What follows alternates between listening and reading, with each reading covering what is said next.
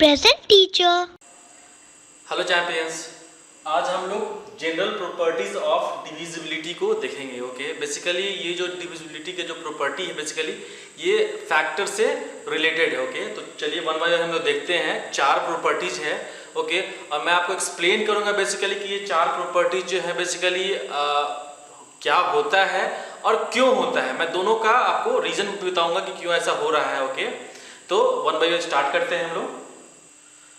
तो पहली प्रॉपर्टी ये बोल रही है कि if a number is divisible by another number, क्या है, डिविजिबल होना चाहिए bye another number, it must be divisible by each of the factors, okay, of that number. ठीक है, बोल रहा है कि एक नंबर है जो कि डिविजिबल है किसी दूसरे नंबर से, okay, then it must be divisible by each of the factor of that number. Okay, मैं आपको एग्जांपल समझाता हूं। ओके, एक एग्जांपल लेते हैं हम लोग।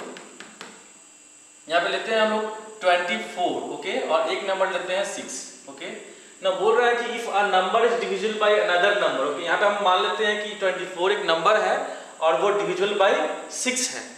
तो ये तो ट्रू है, राइट, क्योंकि 6 से डिवाइड हो जाता है 24। तो मैंने एक नंबर लिया 24 और वो डिवाइड किससे हो रहा है, 6 से हो रहा है। तो बोल रहा है कि इट मस्ट मतलब ये 24 जो है ये किससे डिवाइड होगा, divisible by each of the factor of that number, मतलब 6 के फैक्टर से ये 24 डिविजिबल होगा। ओके, फिर से मैं रिपीट करता हूं। बोल रहा है कि कोई भी एक नंबर अगर किसी दूसरे नंबर से डिवाइड होगा तो वो नंबर जो है इसके फैक्टर से भी डिवाइड होगा। अंडरस्टूड, समझ में आ रही बात आपको। 24 जो है वो 6 से डिवाइड है, तो 24 जो है इसका फैक्टर, ना इसका फैक्टर क्या क्या हो सकता है, तो फैक्टर होता है 1, 2, 3 और 6 होता है, राइट। तो ये जो 24 जो है ना ये 1, 2, 3, 6 से भी डिवाइड होगा। और आप चेक कर सकते हैं कि बेसिकली ये 24 जो है 2 से भी डिवाइड होता है, 3 से भी डिवाइड होता है और 6 से भी डिवाइड होता है, राइट। तो यही पहली प्रॉपर्टी यही बोल रही है कि if a number is divisible by another number, if a number is divisible by another number, then it must this 24 must be divisible by the factor of this number. Understood. ना समझते हैं कि ऐसा होता क्यों है। ठीक है, तो देखिए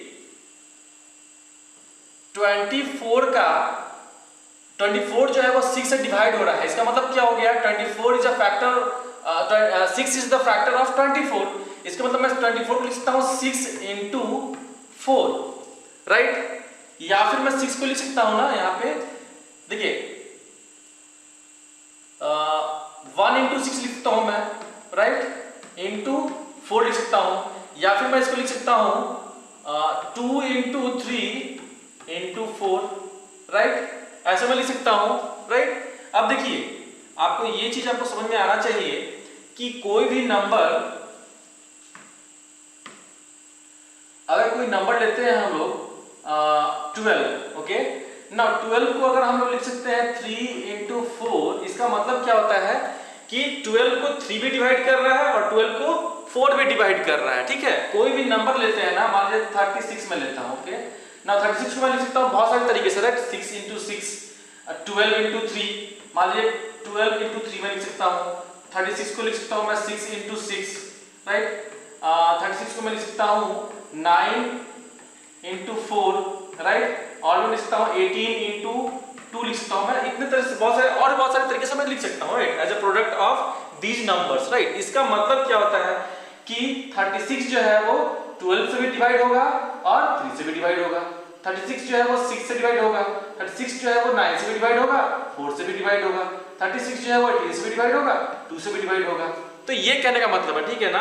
अगर मैं यहाँ पे 3 नंबर भी हो जाएगा ना, अगर मान लीजिए मैं 36 को लिखता हूँ ऐसे, 36 को मैं लिख दूं आपको 2 into 3 into 6, ओके ना। इसका मतलब क्या है कि 36 जो है 2 से भी डिवाइड होगा, 3 से भी डिवाइड होगा और 6 से भी डिवाइड होगा। अंडरस्टूड। तो ये आपको कॉन्सेप्ट आपको समझ में आना चाहिए, ओके। और इसी को कॉन्सेप्ट समझ के हम लोग इसको देखेंगे हम लोग, तो यहाँ पे समझ में आना चाहिए जब ये नंबर जो है 6 से डिवाइड, इसका मतलब क्या आ गया, 6 को मैं देखिए 6 को मैं लिख सकता हूँ इस तरह से 2 into 3 लिख सकता हूँ, राइट। अगर आपको याद हो फैक्टर का प्रॉपर डेफिनेशन, तो कोई भी नंबर को अगर मैं इस तरह से लिखता हूं, इसका मतलब क्या हो गया, 2 भी फैक्टर है, 3 भी फैक्टर है 6 का, राइट।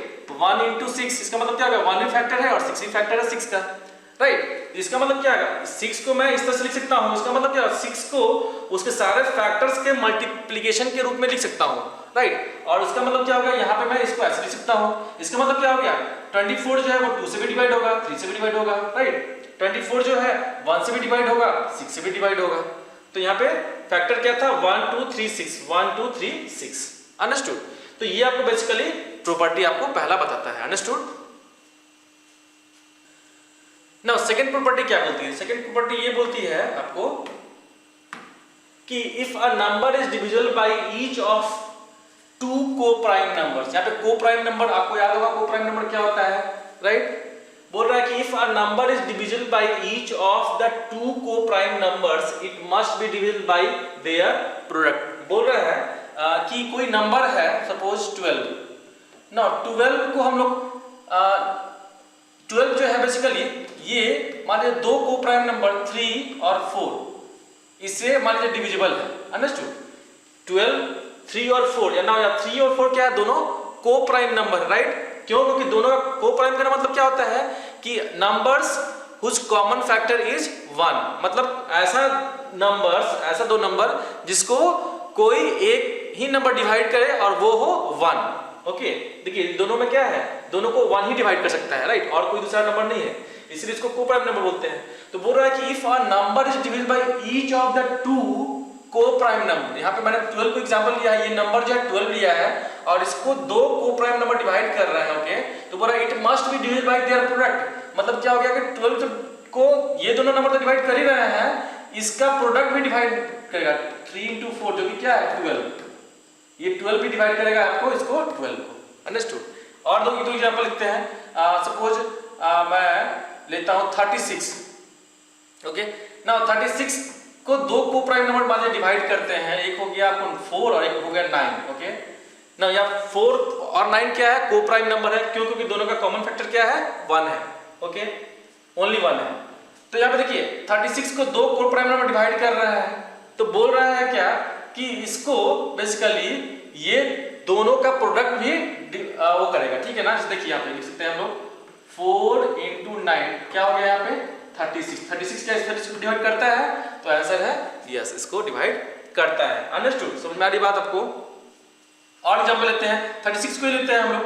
36 को अगर मान लीजिए मैं लेता हूं एज अ प्रोडक्ट ऑफ 45, चलिए 45 को लेते हैं हम लोग, ठीक है ना। 45 को 2 को-प्राइम नंबर डिवाइड कर देता है, कौन सा है, तो 5 और 9, ओके। तो बोल रहा है क्या कि जब कोई नंबर को 2 को-प्राइम नंबर डिवाइड करे, इसका मतलब क्या होगा, इस दोनों का प्रोडक्ट भी डिवाइड करेगा, जो कि क्या है, इस दोनों का प्रोडक्ट क्या है 45 को डिवाइड करेगा, तो आंसर है यस, ओके। तो ये हो गया आपका second property, understood. Third property देखते हैं, बोल रहा है कि if a number is a factor of each of the 2 given numbers, okay. दो नंबर पहले ले लेते हैं हम लोग, एक नंबर मान लेता हूं मैं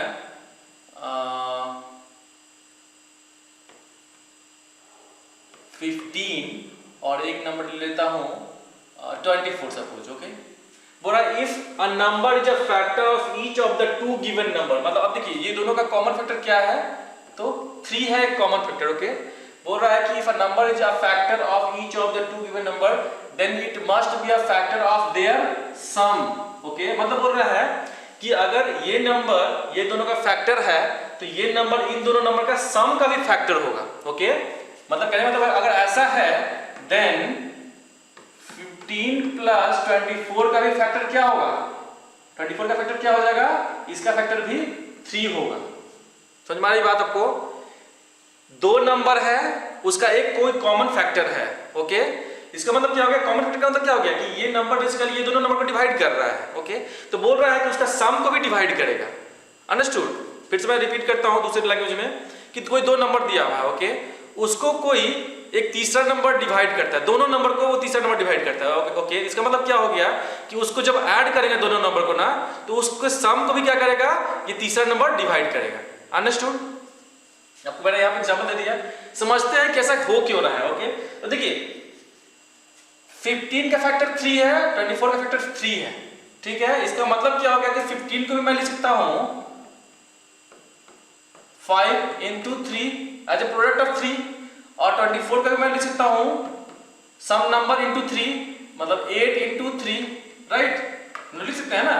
देखिए यहाँ पे 3 और 3, क्यों ऐसा हो रहा है, क्योंकि 3 is a factor of both the number. Okay, now इसको देखते हैं हम लोग। ओके,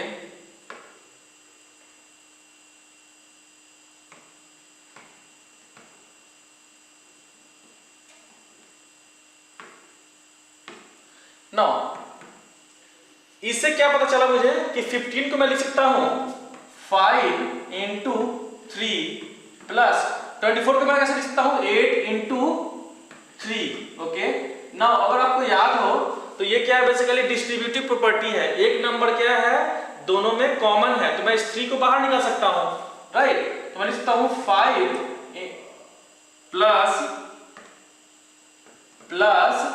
8 into 3 लिखता हूं मैं, राइट। ऐसा कर सकता हूं ना, मैंने 3 को क्या किया, बाहर निकाल दिया, ठीक है ना। डिस्ट्रीब्यूटिव प्रॉपर्टी को मैं फॉलो कर रहा हूं। ओके, अब देखिए इसका मतलब क्या हो गया, this is equals to what 13 into 3। ना देखिए बेसिकली ये क्या है, एक नंबर होगा, राइट। ये दो नंबर था, ये दोनों नंबर को मैं ऐड करूंगा तो एक तीसरा नंबर मुझे मिलेगा।